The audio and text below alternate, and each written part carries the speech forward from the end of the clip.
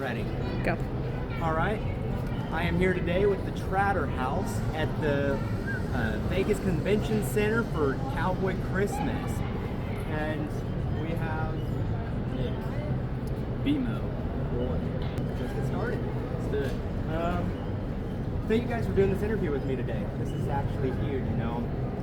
I enjoy going around kind of talking to different people about just the cowboy industry, and that is one of my missions with this channel in particular, is teaching people about not just the cowboy industry, but its history and heritage and tradition as well. There's so many variations out there. Even just the slightest little piece of tack that you use, you know, when it comes to your horsemanship, can make a difference in how you sit or handle that horse in general, you know, or even stomp.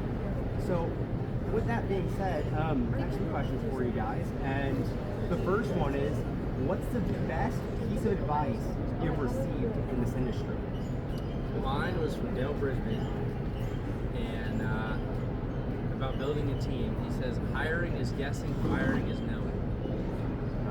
Okay. Hiring, because I mean, anybody can lie on a resume, anybody can, you know, try to be flashy, but like until the pressure's on and the work ethic is there, like that's when the true colors come out and you see if they're a good fit or not. So, yeah, that's a good piece of advice. A good piece of advice. Yeah, I couldn't even. What was the question again? I was lost in that. That was good. All right, you have 3 tries. This is your second attempt now. So, it is. Let's see if you can get it correct. What's the best piece of advice you have received in this industry? I mean, honestly, I feel like just myself, knowing your worth. I had to tell myself that all the time. Like, when you get in this industry of like just social media in general, you kind of, if you don't believe in yourself and your message, then what are you doing? It's like, I mean, you can get really down to dumps because, like, I mean, people get caught up in views, they get caught up in likes, they get caught up in drama, and if they're not getting like X amount of views, they're like, oh, well, I'm not freaking worth this or whatever. But you gotta think, if you got 5,000 views on a video, that's 5,000 people that got to hear your testimony of changing. So I would say know your worth.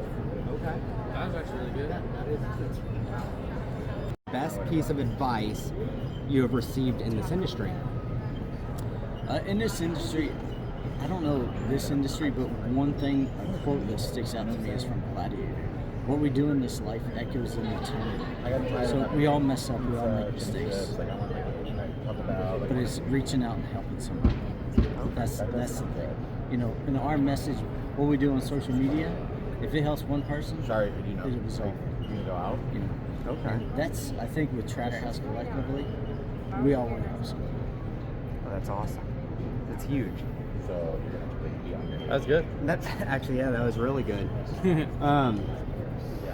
I just have to, I mean, before we go off this list again, I have to ask, what made you guys decide to become social media influencers?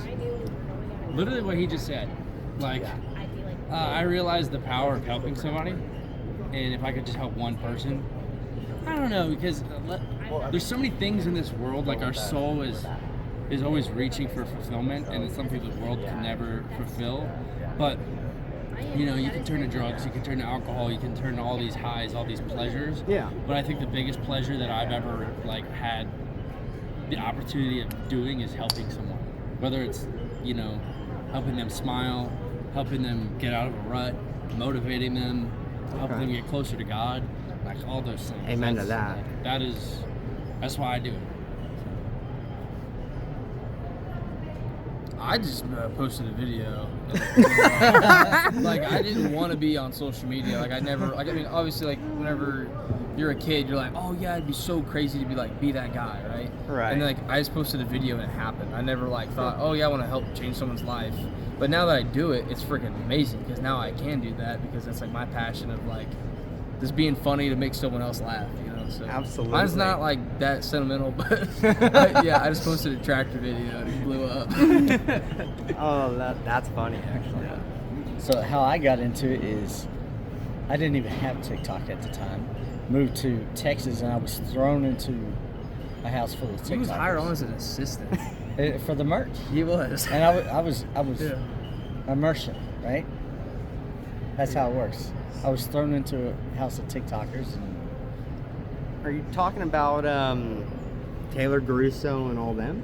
No. Or it's a No, we complete were the weekend? Tratter. Like Oh. Tratter House was like Oh, we all ye- lived okay. together with like Yeah. Okay. 5-6 dudes. The Wow. original. Yeah. Okay. We were the original. Ah. See, I didn't know that. That's actually good information. That's huge. Yeah. That's really cool, though. Because, I mean, I just kind of started, like, I follow you guys each individually, and then from there, I'm like, oh, wait, you're all three together. I like this Yeah. even better. You know, Yeah. kind of that's awesome. So, the next question is, how long did it take until you and your brand felt successful? I'd say not very long. The first meet and greet we did was nuts. Yeah, I'd say the first when Nick came to me and said you want to sell merch, the first month we cleared like $100,000 to $200,000. Wow. In sales. It was crazy. It was nuts. Yeah, it was. Wow. That was like a month of me doing, not even a month, like 2 weeks of doing TikTok. I like blew up, and it was Oh like my clearing Lord. digits. It was like That it is was amazing. pretty cool. Holy cow. And at like 20 years old, you're like, holy shit. Weren't you a little bit afraid to go all in, though, when doing the, like, just selling the merch? Getting inventory? No, that was No, me. I he- took the risk. Yeah, He just had to he promote like it. 3 like credit cards that he maxed out. Damn. Yeah. It was cool. So I took the hit, and then the investment's worth it because we're here. Cowboy I helped Christmas. build his credit. Yeah, you really. That's a good way of looking at it, actually, right? I That is- really did that. I mean, I guess not that you really need the credit built anymore. I mean, look at where you're at, right? But that's great. And then, what made you? How long did it take? How long did it take until you felt successful with the brand? Oh, I don't know. I mean, I'm with these guys, so. you know, I think it was the first time somebody came up to him in person and was like, "Hey, are you that guy?" Yeah. Okay. You're still not used to it. But Yeah. Fair enough. Okay. Let's see.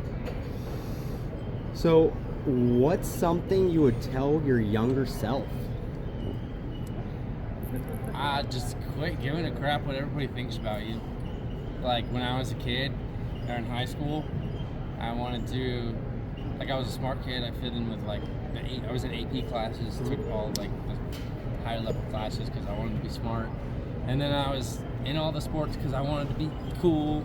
And then I partied with all the cool kids. And when you dilute yourself across like a group of people, yeah, like your self-worth goes to nothing because you're always trying to fit in. So I would just tell myself, quit trying to fit in and just be who the hell God made you to be. Okay. I like that.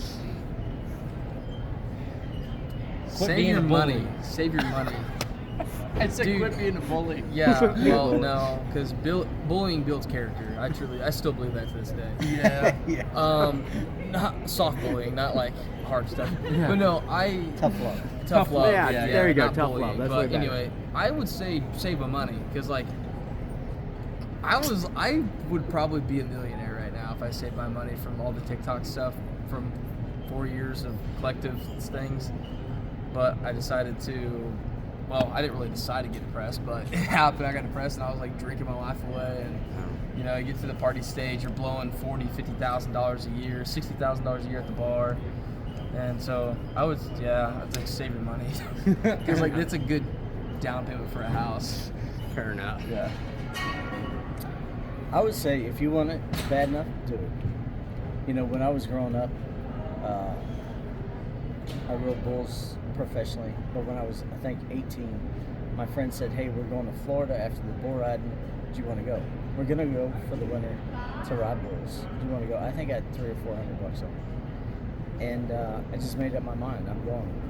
Okay. And if I didn't make that choice to go, I probably wouldn't be here today. So if you depend on money because I can't go there because I don't have enough, find a way. Just go, you know? Actually, I completely understand that. You know, before kind of doing some of these interview deals, I was on the phone with my girlfriend. She's like, have you been handing out your business cards or talking to people or doing the things you said you're going to do? I said, no. It's like, then what's the point of even being in Vegas if you're not going to do it? She said, you need to do it. Mm-hmm. Otherwise, you've just wasted your money. So I completely understand that Yeah. one. It's kind of a similar situation what I'm in now. Yeah. So, yeah, definitely relatable. And then each of you have your own independent niches with, social media, right? So what is the biggest misconception people have about your field for each of your individual niches for social media? So. Oh, about our field? Yes. My niche is like my lifestyle. So like, I have a bunch of storylines. So I got my dogs, I got my horse, learning to rope, doing roping clinics in Hawaii, traveling to Europe, like meeting Paniolos, like all that stuff. Like I like to showcase the Western lifestyle, but also my own lifestyle. So I would just say the biggest misconception is nobody has it all together. Like like obviously social media is a highlight reel, but like no one's perfect, and what you see on social media it's a facade. It's not like everybody struggles with the same stuff. We're more alike than we are different. So I would say just like any influencer, any person you see out there, just know they're a regular human. Because dude, people come up to us at the booth all the time and they're like, wow, you're a real human. They say that all the time. I'm like, they have a conception or a perception of us. Like when we were kids and we saw teachers in the classroom, we just thought the teachers lived at the school. That's what they think about influencers. They just think you're AI, that's all. Yeah, it's artificial. Exactly. Yeah, so realize we're real people and be nice in the comments. I like that. Be nice in the comments. Have to add that in there, right? Yeah. I'd say, well, my niche is like I'm a farmer. My story is my family sold out of farming whenever I was 6. Mm-hmm. So, like farming's like in my blood. Like I'd be a 4th generation farmer right now if they didn't sell out. So I literally started from scratch and had to learn how to get my own FSA loan, go through USDA, had to learn how to do my taxes properly so that I had enough money to show like my gross or whatever so I could get a big loan, right? Mm-hmm. And I was always taught to like write off everything, but that's bullshit. Don't write off everything because you have nothing to, you have no like, you didn't make any money, so you can't get a loan. I didn't know that. So I think my thing is like just showing kids that like it's possible to still be able to farm in 2025, even though things are so expensive. And like I've grown my business, my hay business, 8 times what it should be right now, or like normally would be. Yeah. Like this last year I didn't do any social media stuff, didn't go on any trips. I know the guys were probably pissed off that I didn't go, but it was for my future, and I grew my business like crazy. That's awesome, actually. I don't know what like the second half of that would be. The biggest misconception of that. Maybe they think that like it's easy. Because it's not. Like it's like there's so many times where like my heart rate goes up to like 180. Just so pissed off that like my machines break down. I spend thousands and thousands of dollars on like equipment that breaks down, and it's like my luck. And people think, oh yeah, Bmoe's got this freaking new hay baler. Oh yeah, guess what? I just put $5,000 in chains and sprockets on it too. Like, I don't know. That's probably they just don't realize how hard farming is. Your heart was 180. I'll show you the records. Yeah, it's crazy. It says 180. Not right now, but like whenever I get pissed off, I have an enlarged heart, so it beats up. Okay. Yeah. Damn, you should have been a track star. And we know Facebook Marketplace would not exist if it wasn't for Dude, I mean, you gotta love Facebook Marketplace. You get some good deals on there. Big time. Big time. So my niche, I think, is pissing people off without trying. Is that not true? I'd say. Yeah, I talk You're about. very educational though. Like you kind of very teach about like the You like to do harness 5 racing facts. world. Yeah. Yeah. But I do educational videos on creases in the starch jeans, and somehow people get mad. Because that's not how you're supposed to look at jeans. That's true. Right? That's what they say. We go to other countries, right? I try to make an educational video. They get mad. I can tell you why they get mad, but you don't think it's a problem. That's fun. That's actually funny. So I guess what's the biggest misconception about all that? The misconception, I think, in our business is, he's a farmer. He owns horses. Even though I'm a mechanical engineer, I rode bulls. I was born in the racehorse world, but the misconception, you're not a cowboy. Yeah, I'm a fake farmer. Like it's the keyboard warriors out there. If they would actually know who I was and listened to my other content, they would know that he's a real farmer. He's a genius. I'm not a real cowboy. Yeah, and you never professed to be a real cowboy. You could find it maybe. The way I look at it too is I'm not a cowboy. I'm a horseman. You know? Yeah, I work yeah. with horses, and Mhm. and that's it. I don't go out there working stock every day, all day. You know, I grew up packing mules and doing some rodeo stuff with my family, and that's really it. So, Well, like you said, completely there's all understand. types of definitions of cowboy nowadays. Oh yeah. So, And that's the problem with the Western world, that they want to criticize somebody before, somebody from New York City could go out and buy to Boot Barn and buy a cowboy hat. Hey, we appreciate that. You're supporting the Western industry. You might not be a cowboy, Yeah, but thanks. yeah. I mean, it's what keeps this industry going, really. Absolutely. Yeah, that's why I said I replied to a comment today. I said, like, somebody said, I don't understand like the trend of dressing Western, like if you're not a cowboy. And I was like, well, by that logic, then why wear a jersey to an MLB game if you're not a baseball player? Yeah, that's a good point. I mean, But they don't look at it like No. that. Yeah. They really- basketball game, They in real- this world. no, they really don't.